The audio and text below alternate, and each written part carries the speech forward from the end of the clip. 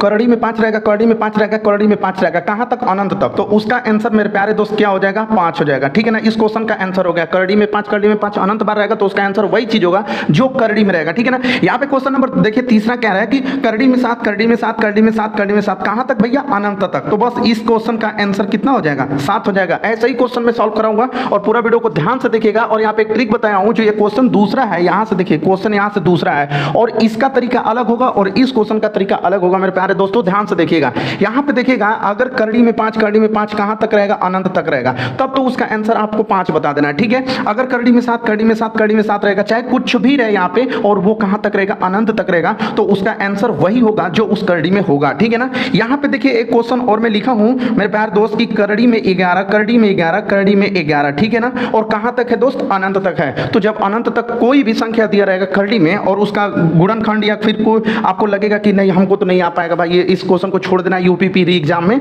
तो ऐसा गलती आपको नहीं करना है। कहीं पर भी करड़ी में करड़ी में करड़ी में अनंत तक रहेगा, तो उसका आंसर वही होगा जो उस करड़ी में आपका दिया रहेगा। ठीक है ना, लेकिन मेरे प्यारे दोस्त यहाँ पे आप देखिए, यहाँ पे वो चीज नहीं कर पाओगे। अगर करड़ी में 5, करड़ी में 5, करड़ी में 5 बस उतना ही का मान पूछ रहा है और अनंत तक नहीं दिया होगा, तो उसका एक ट्रिक मैं बताया हूं। यहाँ पे देखिए ट्रिक क्या है कि एक करड़ी का मतलब आपको 2 समझ लेना है। कहीं पर भी एक करड़ी दिया रहेगा ना, अंडर रूट एक अंडर रूट दिया रहेगा ना, तो उसका वैल्यू आपको क्या समझ लेना है दोस्त? 2 समझ लेना है। ठीक है, तो चलिए अब इस क्वेश्चन को मैं सोल्व कराता हूं और एकदम बिना मतलब कुछ सोचे समझे आप आंसर बताओगे। यहाँ पे देखिए कैसे करोगे, जैसे देखो इसका 1 5 आपको लिख लेना है, कोई सा भी इसमें से 1 5 आपको नोट कर लेना है। हो गया नोट? चलिए अब देखिए इस तरह से एक लाइन खींच लेना है उसके ऊपर में पावर में। अब देखिए दोस्त होगा क्या कि यहाँ पे देखो 1 करड़ी है, 2 करड़ी है, 3 करड़ी है। तो अब 3 करड़ी का मतलब, अब देखिए जैसे यहाँ पे देखिए 1 करड़ी का मतलब एगो 2, तो 3 गो करड़ी है, 1 2 3, तो अब 2 गुणे 2 गुणे 2 लिखोगे। ठीक है,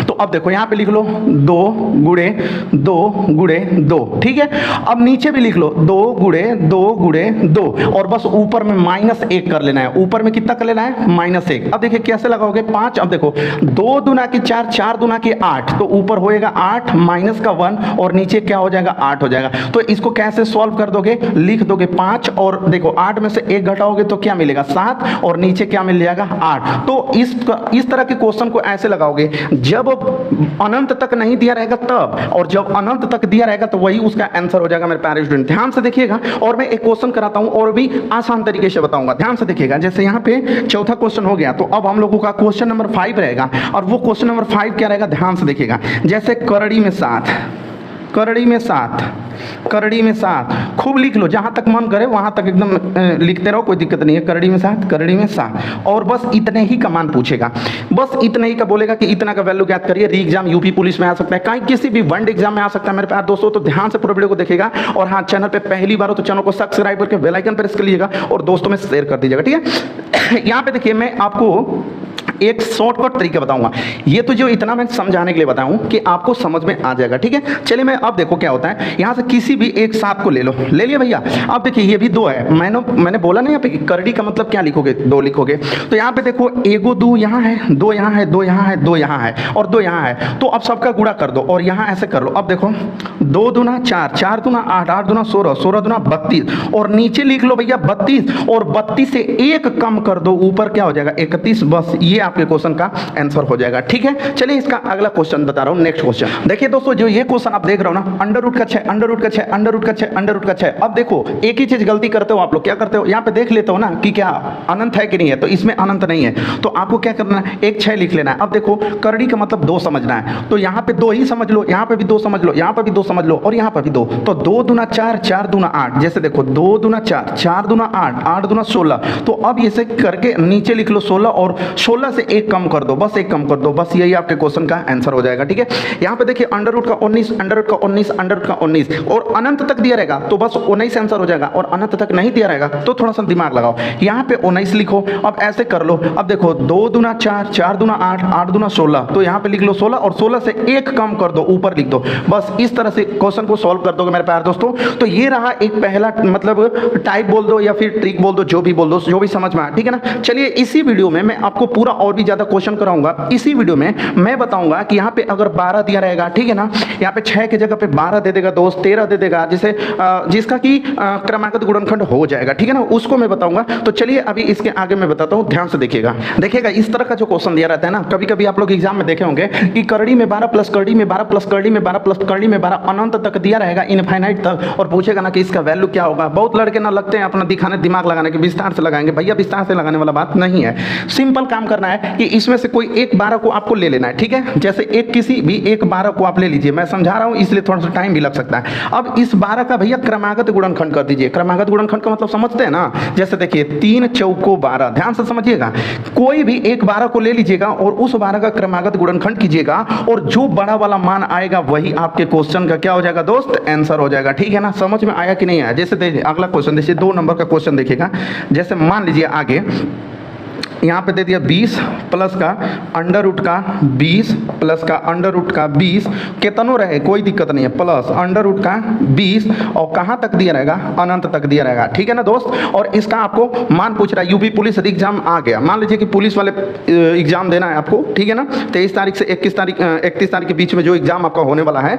अब उसमें मान लीजिए कि अंडर रूट में 20, अंडर रूट में 20, अंडर रूट में 20 और अंडर रूट में 20 अनंत तक दे दिया, तो इस क्वेश्चन को सॉल्व कैसे करोगे, ठीक है। ध्यान से देखना भैया, आपको किसी एक 20 को ले लेना है और उस 20 में से उसका अभाज्य गुणनखंड करना है, और ऐसा क्रमागत गुणनखंड करना है कि जिसमें कि उसका गुणा करे तो उतना आ जाए, ठीक है। जैसे यहाँ पे हमने 3 में 4 का गुणा किया तो 12 आया ना, वैसे इसका तो देखो क्या होता है भैया, 4 गुणते 5, ठीक है ना, 4 गुणते 5, 4 पच्चे क्या होता है भाई 20 होता है। देखो 4 में 5 का गुणा करोगे तो 20 होगा। तो मेरे प्यारे दोस्त दोनों में देखना है ना कि आपको कौन सा बड़ा है, कौन सा वैल्यू बड़ी है। तो यहाँ पे 4 बड़ा है कि 5 बड़ा है, भैया 5 बड़ा है, बस वही आपके क्वेश्चन का 5 इस क्वेश्चन का आंसर आ जाएगा।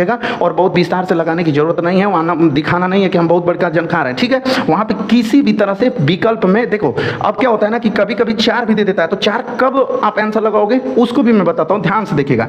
यहाँ पे तीसरा नंबर क्वेश्चन, जैसे मान लीजिए कि यही क्वेश्चन दे दिया, यही वाला सेम टू सेम दे दिया, यहाँ पे लिख दिया 20, अब लिख देगा -20, यहाँ पे लिख देगा 20 -20, ऐसे -20 करके, और आपको कहां तक भैया, अनंत तक, और इसका वैल्यू इस बार पूछ दिया।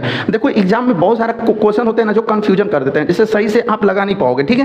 तो अभी क्लियर कर लो, इस वीडियो में मैं आपको अंडर रूट का क्वेश्चन जो जितने भी थे ना, मैंने उसको क्या करा कि आपको डाउट क्लियर किया। जैसे देखिए दोस्त, यहाँ पे प्लस प्लस था तो हमारा बड़ा वाला आंसर हो गया, ठीक है। यहाँ पर देखो 20 प्लस का 20 प्लस का 20 प्लस का 20, और यहाँ पे प्लस प्लस था, तो जब प्लस दिया रहेगा तो बड़ा वाला आंसर हो जाएगा। यहाँ पे लिख देता हूं मैं ऐसे नोट करके, ठीक है, कि जब, ठीक है ना, जब करड़ी में प्लस दिया रहेगा तो, ठीक है ना, बड़ा वाला मान, ठीक है, यहाँ पे लिख देता हूं कि बड़ा मान आंसर हो जाता है, ठीक है दोस्त, बड़ा वाला मान क्या हो जाएगा, आंसर हो जाएगा। ध्यान से समझना।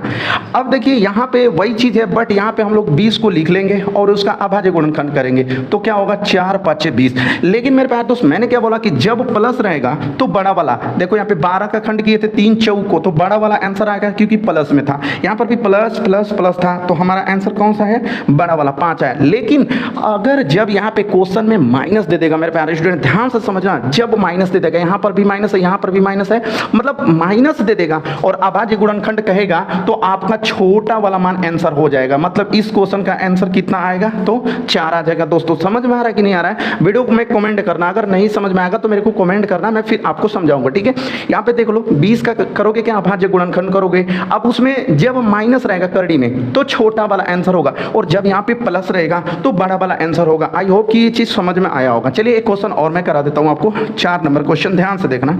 यहाँ पे मान लीजिए मैं ले लेता हूँ 110, ठीक है, माइनस का 110, ठीक है, माइनस का 110, और यहाँ पे अंडर रूट रहेगा, ठीक है, यहाँ पे करड़ी रहेगी 110, ठीक है दोस्त। अब यहाँ पे अनंत तक रहेगा और उसका वैल्यू पूछ रहा है, तो आपको कुछ करना नहीं है, सिंपल यहाँ पे लिखना है हल, और उसके बाद 110 का अभाज्य गुणनखंड कर देना है दोस्तों, ठीक है।